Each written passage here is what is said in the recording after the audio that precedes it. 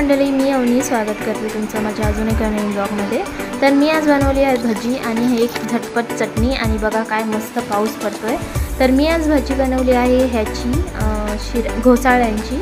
तर मी स्वच्छ धुवून सोडून घेतल्या आणि गोल काप करून घेतले त्याचे। त्याच्यानंतर चला सुरू करूया।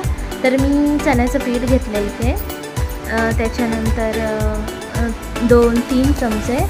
त्याच्यानंतर मी त्याच्यात टाकते हळद आणि लाल तिखट। जर तिखट आवडत असेल तर जास्त टाकायचं आहे, चवीनुसार मीठ। आणि मी इथं घेतलं आहे ओवा। त्याच्यानंतर मी जेवढं पाणी लागेल तेवढं मी ॲडजस्ट करून त्याच्यात पाणी टाकलेलं आहे।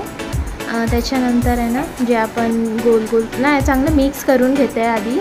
त्याच्यानंतर मी जे गोल काप करून घेतलेले ते ह्याच्यामध्ये चांगले मिक्स करून लावून घेते त्याला पीठ। त्याच्यानंतर एका पॅनमध्ये मी तेल घेतलं आहे। मी कढईत नाही करत आहे, मी पॅनमध्ये करते। मला ते सोपं वाटतं आणि कुरकुरीत होतात। तर त्याच्यानंतर मी एक त्या पॅनमध्ये जेवढे ते काप आहेत ते घातलेले आहेत। त्याच्यानंतर ही चटणीची तयारी करते। मी चिंचेचं पाणी घेतलेलं आहे, त्याच्यामध्ये फार काही नाही लागत। मिरची, कोथिंबीर आणि कांदा, त्याच्यात लाल तिखट आणि मीठ।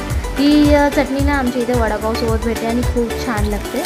तर मिक्स करून घेते आणि हे बघा मस्त गरमागरम चहासोबत भजी ह्या पावसाळ्यामध्ये। मंडळी, व्हिडिओ आवडला असेल तर प्लीज लाईक, शेअर आणि सबस्क्राईब करा। थँक्यू।